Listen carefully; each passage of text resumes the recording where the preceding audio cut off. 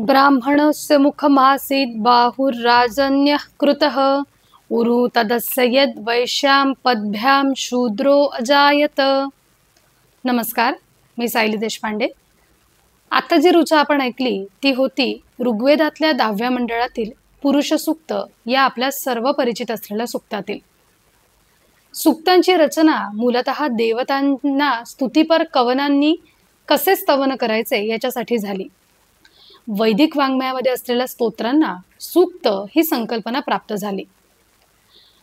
या पुरुष सूक्तामध्ये एका विराट पुरुषाची संकल्पना केलेली दिसून येते। हा विराट पुरुष कसा होता, त्याचे अवयव कसे होते, या अवयवांमधील कुठल्या कुठल्या अवयवांमधून कुठले कुठले जीव जन्माला आले, अशी सगळी संकल्पना किंवा अशी त्या विराट पुरुषाची कल्पना या पुरुष सूक्तामध्ये केलेली दिसून येते। आत्ता जी ऋचा आपण ऐकली त्याच्यातनं आपल्याला थोडासा अंदाज येईल की नेमकं या सूक्तातनं सांगायचं तरी काय आहे। आपण एकेका ओळीचा अर्थ बघूया। ब्राह्मणस्य मुखमासीत् बाहुर्राजन्यः कृतः। आपल्याला माहिती आहे चातुर्वर्ण आपली व्यवस्था आहे। त्याच्यामध्ये ब्राह्मण, क्षत्रिय, शूद्र आणि वैश्य। या ब्राह्मणस्य मुखमासीत् यावरून आपल्याला असं कळायला मदत होते की त्या विराट पुरुषाच्या मुखातनं ब्राह्मणांची उत्पत्ती झाली। याचा अर्थ ब्राह्मण वर्णाची उत्पत्ती झाली।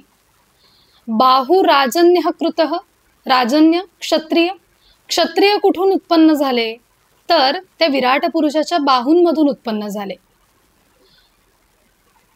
उरु तदस्य यद् वैश्याम, उरु म्हणजे मांड्या, त्या मांड्यांमधून किंवा त्या उरूंमधून वैश्य जन्माला आले आणि दोन्हीही पायांमधून शूद्र जन्माला आले। आता तसं बघितलं गेलं तर याच्यातनं आपल्याला घेण्याचा भाग काय आहे तर ब्राह्मणवर्णीय जे लोक आहेत त्यांचं कार्य काय आहे तर वेदांचं अध्ययन करणं, म्हणजेच काय तर वारंवार त्याचं अध्ययन करताना त्याचं पाठांतर करणं, त्यांचं उच्चारण करणं, म्हणून त्याच्यामध्ये मुखाचा समावेश जास्त आहे। राजन्य क्षत्रिय, क्षत्रियांची शक्ती कशात आहे तर त्यांच्या बाहूंमध्ये आहे। क्षत्रिय जेव्हा युद्ध करतात तेव्हा आपल्याला त्यांच्या शक्तीचा प्रत्यय यायला मदत होते।